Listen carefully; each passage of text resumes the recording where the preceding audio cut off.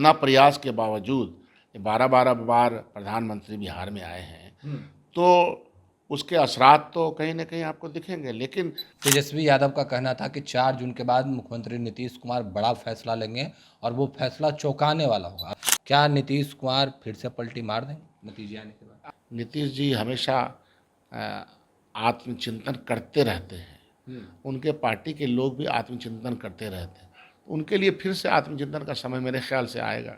नमस्कार, मेरा नाम प्रेम है और आप लाइव स्ट्रीट देख रहे हैं। आज तारीख है 4 जून। देखिए, मतगणना हो रही है कई जगहों पे। कई नेता हैं जो आगे हैं, कई लोग हैं वो पीछे हैं। पर इंडिया गठबंधन का नारा था 295 प्लस और बीजेपी का 400 प्लस। क्या रुझान आ रहे हैं आप सभी लोग जानते हैं। बात करने के साथ कांग्रेस के कद्दावर नेता हैं, विधायक दल के नेता शकील अहमद खान। रुझान आ रहे हैं, देख रहे होंगे, न तो 400 प्लस हो पा रहा, न 295 प्लस हो रहा है। देखिए, हम तो अपने आंकड़े से ज़्यादा दूर नहीं रहेंगे। 400 से ज़्यादा दूर रहने वाले लोग तो आपको यहाँ हैं। भारतीय जनता पार्टी का ये खोखला दावा पहले भी था, है और रहेगा। लेकिन मैं आपसे जो कह रहा हूँ वो ये कह रहा हूँ कि यह संघर्ष, यह चुनाव जनता बनाम सरकार, सत्य बनाम असत्य, पॉलिटिक्स ऑफ हेट बनाम पॉलिटिक्स ऑफ लव, इसके बीच में हुआ। और जो पॉलिटिक्स ऑफ लव वाले लोग थे वो देश के लोगों की तरक्की भी चाहते हैं, आर्थिक विकास, सामाजिक न्याय, आपसी एकता, ये हमारे नारे रहे। पढ़ाई लिखाई कमाई सारा हमारा नारा रहा इंडिया गठबंधन का। भारतीय जनता पार्टी के नारा, उनका शब्दावली, उनके लफ्ज़ियात आपके और हमारे सामने हैं। तो यह वैचारिक संघर्ष है और रहेगा और रहता रहेगा जब तक कि ये जो वातावरण बनाया जाता है, जब तक कि सरकारें अपने वादे पे नहीं टिकी रहेंगी, मुद्दे से नहीं भटकेंगी, मुद्दे पे कायम रहेंगी, तब तक गवर्नेंस बढ़िया रहेगा और जनता को फ़ायदा होगा, जनता को लाभ होगा। तो अभी जो रिजल्ट आ रहे हैं लगभग उसी प्रकार का है। कई जगह पे दिग्भ्रमित हुई है जनता। इतना प्रयास के बावजूद 12-12 बार प्रधानमंत्री बिहार में आए हैं, तो उसके असरात तो कहीं न कहीं आपको दिखेंगे। लेकिन पिछली बार तो 40 में 39 था उनके पास। इस बार ये आंकड़ा यहाँ रहने वाला नहीं है। 39 नहीं रहेगा, नहीं, 40 बोल रहे हैं बोलो। नहीं, वो तो आप सोच ही लीजिए कि रहेगा ही नहीं, कभी नहीं रहेगा।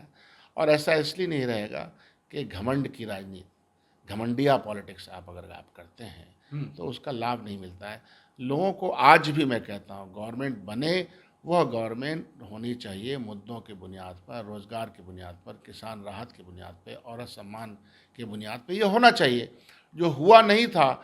हमारी सरकार बनेगी, जो हमने मैनिफेस्टो में कहा है उसका हम वादा करेंगे। लेकिन अभी ये ट्रेंड चल रहा है, अंतिम निर्णय आने दीजिए। अंतिम निर्णय आने के बाद अभी भी उम्मीद है चीज़ों कि का- इंडिया गठबंधन की सरकार बनेगी? क्यों नहीं उम्मीद रहेगी। ट्रेंड्स तो बदलते रहते हैं। वोट में आप जानते हैं मैं चुनाव लड़ता हूँ, हम तो 5-6 राउंड तक हारते हैं अपने कटिहार कदवा क्षेत्र में, फिर उसके बाद हमारा आंकड़ा आता है। तो ये चीज़ें चलती रहती है, उसमें कोई शक नहीं है। लेकिन मैं ये कह रहा हूँ कि जनता ने जिस मुस्तैदी के साथ चुनाव लड़ा, एक तरफ एक हेलीकॉप्टर घूम रहा था बिहार में, दूसरी तरफ 12 हेलीकॉप्टर संसाधन घूम रहे थे। नहीं, लोग कह रहे थे कि हेलीकॉप्टर घुलाने वाला आपके पास है ही कौन? नहीं, कौन सवाल हेलीकॉप्टर पर घूम रहा है? सवाल ये है कि हमारे पास बहुत घुमाने वाले हैं। भारतीय जनता पार्टी ने जितने रिसोर्सेज संसाधन लगाया, ये जग जाहिर है। एक बार जब प्रधानमंत्री चलते हैं तो करोड़ों करोड़ रुपया उसमें खर्च होता है। ये कहाँ से आता है पैसा?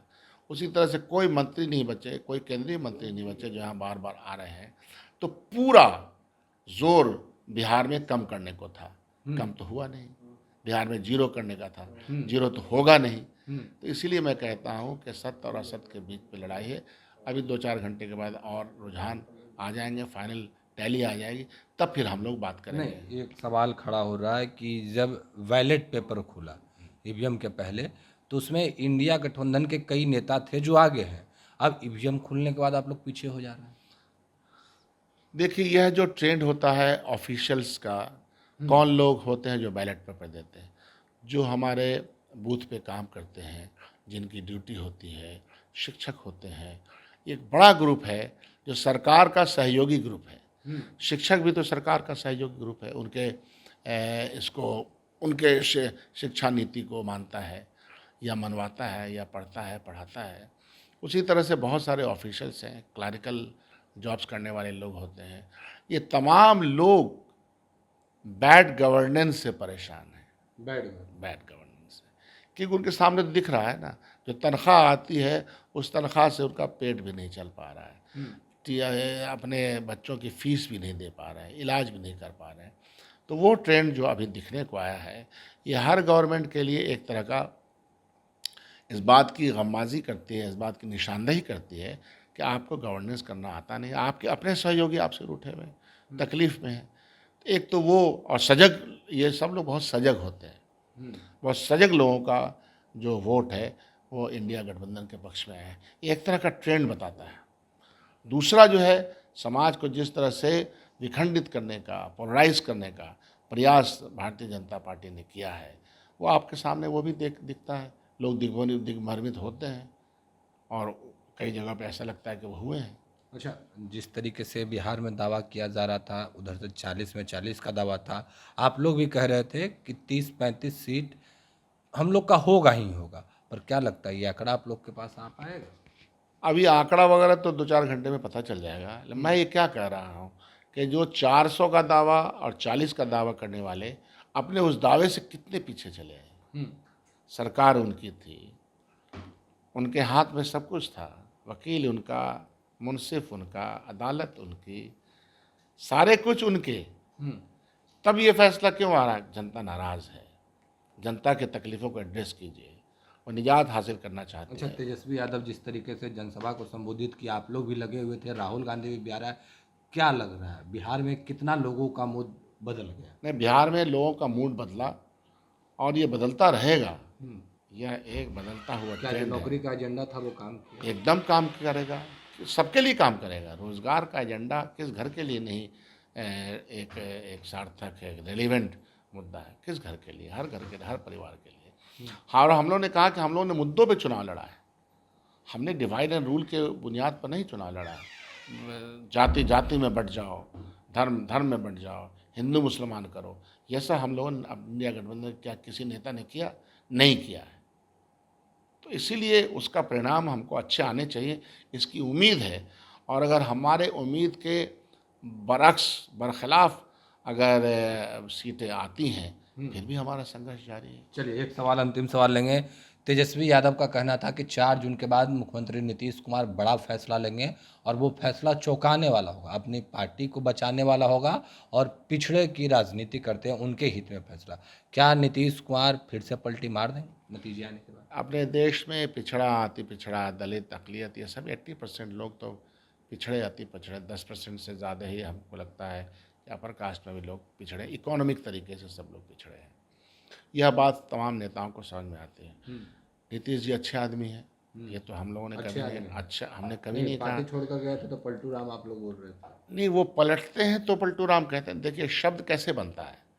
शब्द इसलिए बन जाता है कि आप यहाँ से वहाँ चले जाते हैं, वहाँ से वहाँ चले आते हैं, तो इसलिए वो शब्दावली गढ़ी जाती है, शब्दावली अपने आप बन जाती है, मीडिया क्रिएशन भी हो जाता है। लेकिन मैं मानता हूँ कि नीतीश जी हमेशा आत्मचिंतन करते रहते हैं, उनके पार्टी के लोग भी आत्मचिंतन करते रहते हैं। उनके लिए फिर से आत्मचिंतन का समय मेरे ख्याल से आएगा। मैं और ज़्यादा तो कुछ कह नहीं पलटी सकता। मारेंगे? ये आत्मचिंतन का समय वो हमेशा करते नहीं, हैं। आज मतगणना की गिनती होनी है, सुबह सुबह एक अन्य मार्ग से निकल के 7 नंबर में चले जाते हैं और कहा जाता है कि जब भी जाते हैं तो कुछ ना कुछ तो हो ही जाता है। नहीं, मैं क्या कह रहा हूँ कि मन के अंदर कौतूहल मचा रहता है उनके। हाँ, ये तो उनके ट्रेंड से है ना, उनके जो पिछला पास्ट है 17 साल में गवर्नेंस करने का, तो उनके अंदर एक कौतूहल मचता है। ये स्टडी सही से चला पा रहे हैं नीतीश कुमार? जो चल गया सो चल गया, अभी हम उस पर बहुत ज़्यादा कुछ कह नहीं पाएंगे। अभी तो इंतज़ार कर रहे हैं कि भारत सरकार कैसी बनती है। चलिए, कांग्रेस के विधायक दल के नेता शकील अहमद खान को सुन रहे थे, हमारे साथ थे, तमाम जानकारियां दी है। फिलहाल के लिए इतना ही, बने रहे लाइव स्ट्रीम के साथ। धन्यवाद।